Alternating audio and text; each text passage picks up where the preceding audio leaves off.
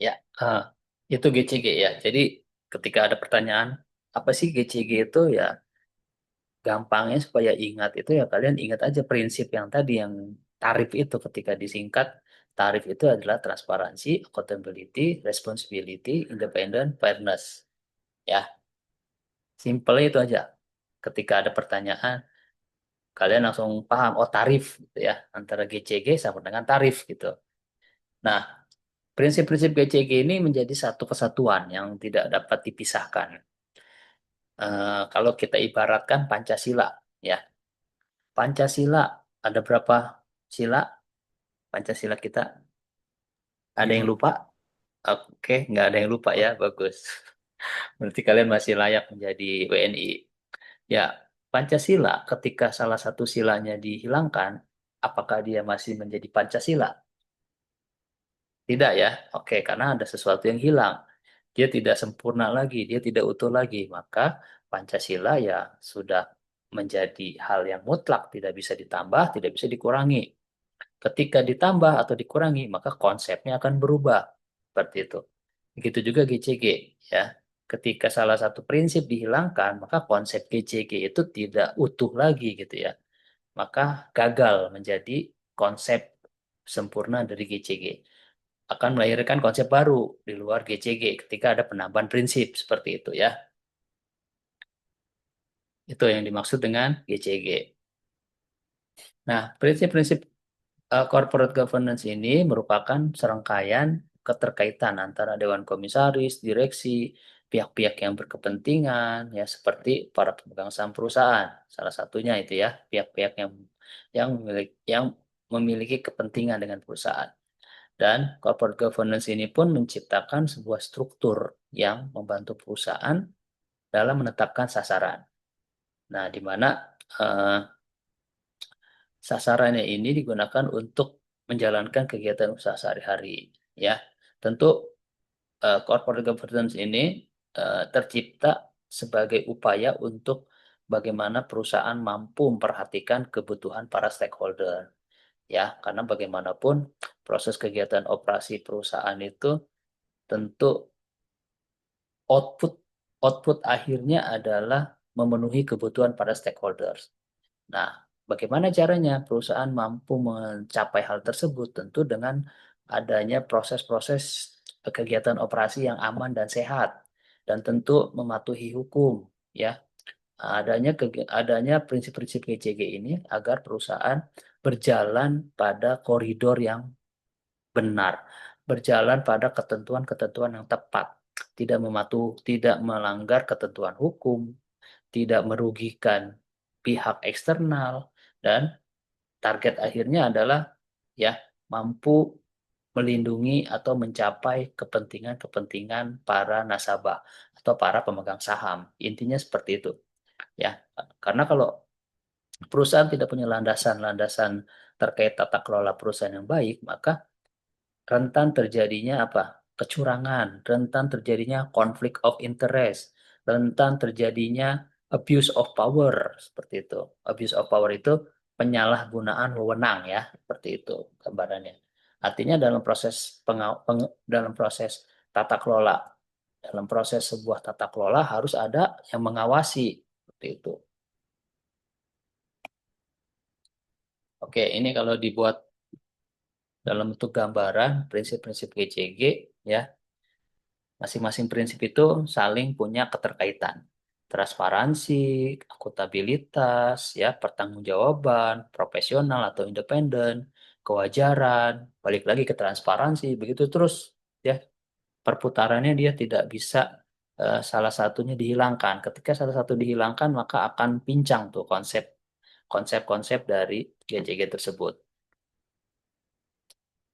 Oke, yang pertama, prinsip transparansi. Eh, prinsip transparansi ini artinya adalah keterbukaan dalam mengemukakan informasi yang material dan relevan, serta keterbukaan dalam proses pengambilan keputusan. Artinya, setiap pengambilan keputusan, mulai dari proses penentuan, ya, pelaksanaan, dan evaluasi, ya, hal tersebut diketahui oleh berbagai pihak, baik internal maupun eksternal.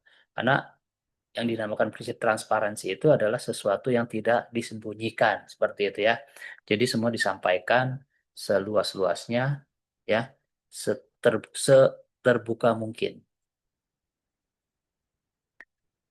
Nih, prinsip transparansi salah satunya di sini seluruh stakeholder bisa memahami proses dalam pengambilan keputusan manajerial perusahaan. Lalu pemegang saham berhak memperoleh informasi keuangan, ya, secara relevan dan berkala. Terus proses pengumpulan informasi telah dilakukan unit kerja yang ditunjuk secara terbuka, objektif, dan menjaga kerahasiaan. Direksi dan karyawan terbuka dalam pengambilan keputusan, ya. Terus informasi dan prosedur kebijakan organisasi dipublikasikan dalam bentuk tertulis, ya, atau dipublikasikan dalam bentuk media digital yang rekam jejaknya bisa ditelusuri seperti itu. Pemeriksa internal, eksternal, komite audit memiliki akses atas informasi. Dan terakhir, proses penyampaian laporan keuangan diperiksa secara berkala oleh kantor akuntan publik yang terpercaya. Itu yang dimaksud dengan prinsip transparansi. Oke, berikutnya adalah prinsip akuntabilitas. Di mana prinsip akuntabilitas ini merupakan sebuah prinsip yang menggambarkan bagaimana eh, fungsi dan pelaksanaan tata kelola perusahaan, ya, secara jelas dan dan penuh dengan nilai-nilai pertanggungjawaban yang didukung oleh tiap-tiap unit perusahaan, ya. Lalu juga manajemen perusahaan memiliki kewajiban kepada pemegang saham dan stakeholder lainnya dalam menjaga nilai-nilai akuntabilitas perusahaan. Ini ya, berikut prinsip-prinsip tersebut jika di breakdown, ya, kurang lebih ada 8. Direksi dan karyawan mengetahui visi, misi, tujuan, serta target operasional perusahaan. Artinya, setiap unit eh, yang terlibat langsung dalam proses tata kelola perusahaan, terlibat langsung dalam operasional perusahaan, tahu nih arah perusahaan ini mau kemana gitu ya. Lalu proses dalam mencapai arah tersebut diketahui juga. Jangan eh, visi, misi, tujuan, serta target operasional perusahaan hanya diketahui oleh jajaran direksi tanpa diketahui oleh bawahan-bawahannya. Nah, ini kan istilahnya sama saja berjalan tapi tidak tahu arahnya mau kemana. Nah, ini sangat bahaya. Lalu direksi dan karyawan perusahaan memahami peran tugas dan tanggung jawabnya masing-masing. Nah, berikutnya adalah uraian tugas di setiap unit usaha telah ditetapkan inline dengan visi, misi, dan tujuan perusahaan. Jadi setiap unit itu tahu apa yang harus mereka kerjakan yang sesuai dengan visi, misi, dan tujuan perusahaan ya. Artinya job desk mereka tahu, oh job desk kita seperti ini nih. Oke, agar untuk mencapai apa visi misi perusahaan seperti yang bagaimana seperti itu. Jadi jika kalian bekerja di sebuah perusahaan, kalian harus tahu pekerjaan kalian ini goals-nya ini untuk mencapai visi yang mana seperti itu ya. Jangan hanya kerja sekedar kerja gitu ya, seperti itu. Lalu berikutnya adalah proses pengambilan keputusan perusahaan sesuai dengan sistem dan prosedur yang disepakati. Tidak bisa keputusan perusahaan diambil sepihak oleh para pimpinan tertentu. Harus diketahui dan disepakati oleh pihak-pihak yang memiliki kewenangan terhadap arah dan tujuan perusahaan. Ada proses check and balancing yang dilakukan oleh setiap unit perusahaan. Adanya evaluasi seperti itu ya. Tidak bisa bekerja tanpa adanya proses evaluasi. Makanya ada yang namanya KPI ya untuk menilai eh, sejauh mana kinerja tiap-tiap unit dan tiap-tiap pegawai. Sistem penilaian kinerja operasi, organisasi, dan sistem penilaian kinerja individu ditetapkan dan dievaluasi dengan baik oleh perusahaan. Nah, itu punya keterkaitan sama tadi KPI yang saya jelaskan ya.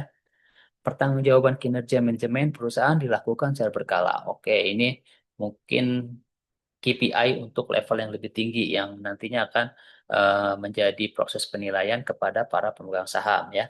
Hasil pekerjaan didokumentasikan, dipelihara, dijaga perusahaan dengan baik. Artinya ada proses pendokumentasian yang jelas dan tentu ini harus benar-benar eh, apa ya, harus benar-benar baik proses pemeliharaan dan penjagaan dari dokumen-dokumen yang terkait sama pekerjaan tiap-tiap unit.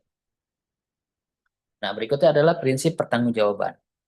Prinsip pertanggungjawaban ini merupakan kesesuaian ya, kesesuaian pengelolaan perusahaan dengan peraturan perundang-undangan yang berlaku dan prinsip pengelolaan perusahaan sehat. Artinya, eh, bagaimana perusahaan itu dikelola, tapi tidak melanggar kaidah dan koridor-koridor hukum atau norma etik yang berlaku. Ya, sehingga atas praktek-praktek inilah, maka proses pengelolaan perusahaan bisa dikatakan sehat. Misal perusahaan tidak boleh melanggar ketentuan pemerintah, ya, atau perusahaan melaksanakan kegiatan operasionalnya dengan memperhatikan nilai-nilai lingkungan dan nilai-nilai masyarakat, sosial masyarakat.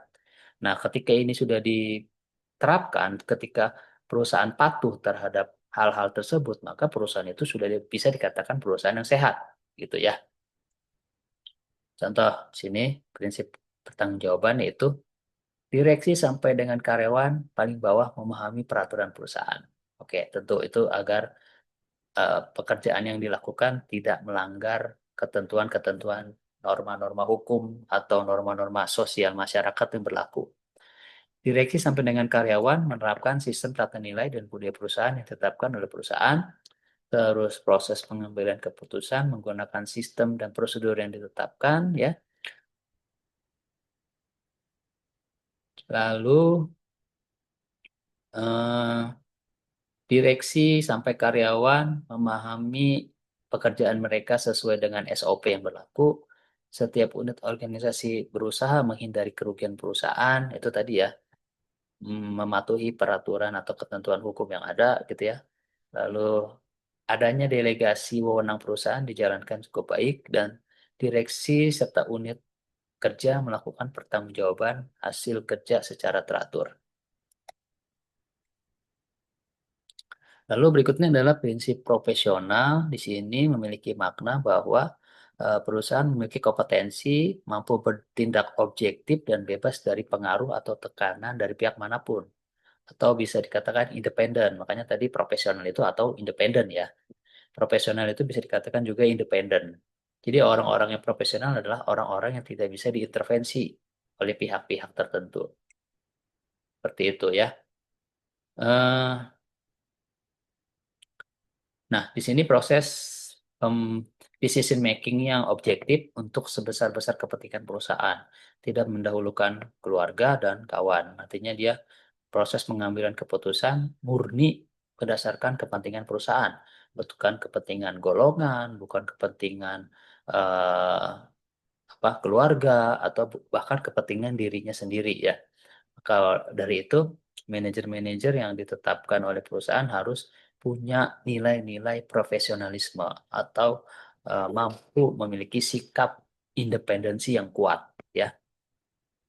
Keputusan direksi perusahaan lepas dari konflik kepentingan, artinya terbebas dari kepentingan-kepentingan pribadi yang punya kaitannya sama poin pertama tadi. Oke, ini selanjutnya adalah prinsip kewajaran ya. Prinsip kewajaran artinya terdapat keadilan dan kesetaraan dalam memenuhi hak-hak stakeholder berdasarkan perjanjian dan peraturan perundang-undangan yang berlaku. Nah, di sini direksi perusahaan dan karyawan tentu harus memperhatikan ya kepentingan seluruh stakeholder secara wajar menurut ketentuan yang berlaku. Tidak bisa direksi perusahaan mengabaikan apa saja sih kepentingan-kepentingan yang harus dipenuhi kepada para stakeholder ya. Tentu ada acuannya, ada ketentuan-ketentuannya. Misalkan ada ketentuan yang ditetapkan oleh pemerintah terkait bagaimana perusahaan harus mampu eh, menjaga keseimbangan ekosistem lingkungan di mana perusahaan itu beroperasi. Ada ketentuannya misalkan batas maksimal limbah ya, limbah limbah udara, limbah suara atau limbah air yang dihasilkan tidak boleh melebihi ketentuan yang ada. Maka dari itu direksi perusahaan harus patuh terhadap ketentuan tersebut. Tidak bisa, oh ya udah kita abaikan saja, nggak bisa kayak gitu. Karena dengan begitu berarti perusahaan dianggap tidak memperhatikan ya kepentingan kepentingan stakeholder yang seharusnya itu dijaga dengan baik ya, seperti itu. Lalu adanya perlakuan hubungan kerja dan pembinaan kepada para karyawan dilakukan dengan memperhatikan hak dan kewajiban secara adil. Nah, perusahaan harus mampu memperlakukan para pekerjanya itu dengan sebaik-baiknya sesuai dengan hak dan kewajiban yang sebagaimana mereka dapatkan. Tidak bisa perusahaan, oh ya udah tahun ini kita tidak membagikan THR misalkan. Padahal perusahaan posisi laba ya dengan alasan tidak membagikan THR karena perusahaan ingin ekspansi usaha. Nah, tentu kan itu melanggar ya, melanggar hubungan kerja di mana seharusnya para pegawai itu mendapatkan haknya ya, seperti itu. Lalu adanya perlakuan yang adil kepada seluruh nasabah, pelanggan, dan pemilik dalam pemberian pelayanan. Nah, artinya di sini para pemegang saham harus eh, mendapatkan perlakuan yang sama. Eh, tidak ada apa ya, pilih kasih perlakuan ya sesama kepada para pemegang saham. Itu. Jadi harus wajar. Perlakuannya harus wajar, tidak ada yang dilebih-lebihkan, tidak ada yang dikurang-kurangkan. Seperti itu gambarnya, kurang lebihnya prinsip-prinsip GCG tadi ada 5 prinsip ya. Kalau kita singkat dengan mudah, tarif lah ya. Kalian ingatnya tarif aja. Apa sih itu GCG? Oh, GCG itu sama dengan tarif ya. Apa itu tarif? Transparansi, ya kan? Terus accountability, responsibility, independen atau profesional, dan terakhir fairness. Ketika sudah tahu prinsip-prinsip itu, maka nanti kalian akan bisa menjelaskan secara rinci apa itu GCG. Seperti itu gambarannya ya terkait pengantar materi sesi pertama kita hari ini. Eh, Konsep dan prinsip-prinsip GCG. Nanti selanjutnya proses pembelajaran bisa dilakukan melalui LMS ya. Silakan dikerjakan forum diskusinya, lalu sesi penugasannya ya. Tuh.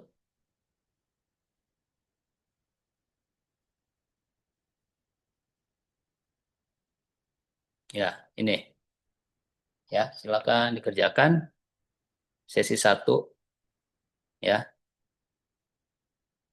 Terus saya lihat ada yang sudah mengerjakan tugas ya. Itu kalian salah mengerjakan tugas tuh kalau kalau sudah ada yang mengerjakan.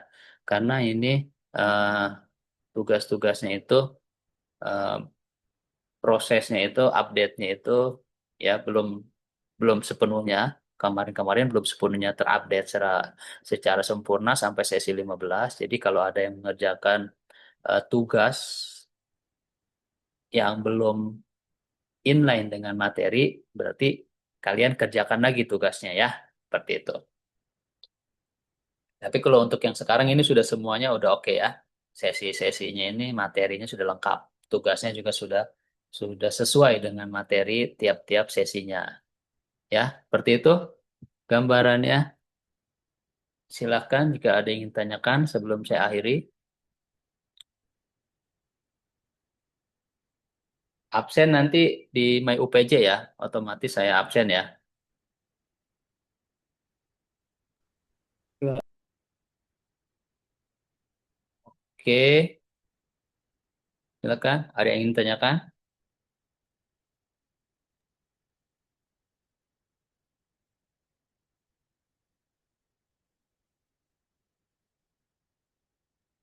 Coursera di kalian munculnya seperti apa? Putih gitu apa enggak layarnya?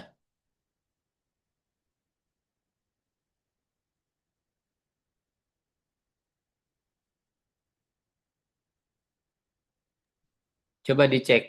Eh, Ininya Pak, keterangannya kayak nggak ada gitu Pak. Not able to find. Oh gitu ya. Hmm. Iya, Pak. Coba nanti di screenshot kirim ke saya ya, yang udah akses Coursera. Altop udah ya, udah akses ya. Ini sudah saya coba, Pak, cuman nggak bisa. Coba itu Altop apa? Kamu screenshot kirim ke saya ya, ntar saya sampaikan ke pihak Oke. Cekal. Ya, baik, Pak. Oke, begitu aja mungkin ya, teman-teman. Silakan lanjutkan kerjakan forum diskusi dan eh, sesi tugas pertemuan pertamanya ya. Untuk penjelasan materi awal, saya rasa cukup sebagai pengantar perkuliahan. Nanti kita akan ada live session lagi di sesi ke-7. Gitu ya. Oke, sudah jelas semua ya. Oke, baik kalau begitu. Saya akhiri saja live session kita hari ini. Selamat siang. Terima kasih atas perhatiannya. Silakan dilanjutkan proses pengerjaan forum diskusi dan sesi tugas pertamanya ya. Oke, cukup. Saya Oke tutup. Pak, makasih banyak Ya, Pak. yuk Pak. sama-sama.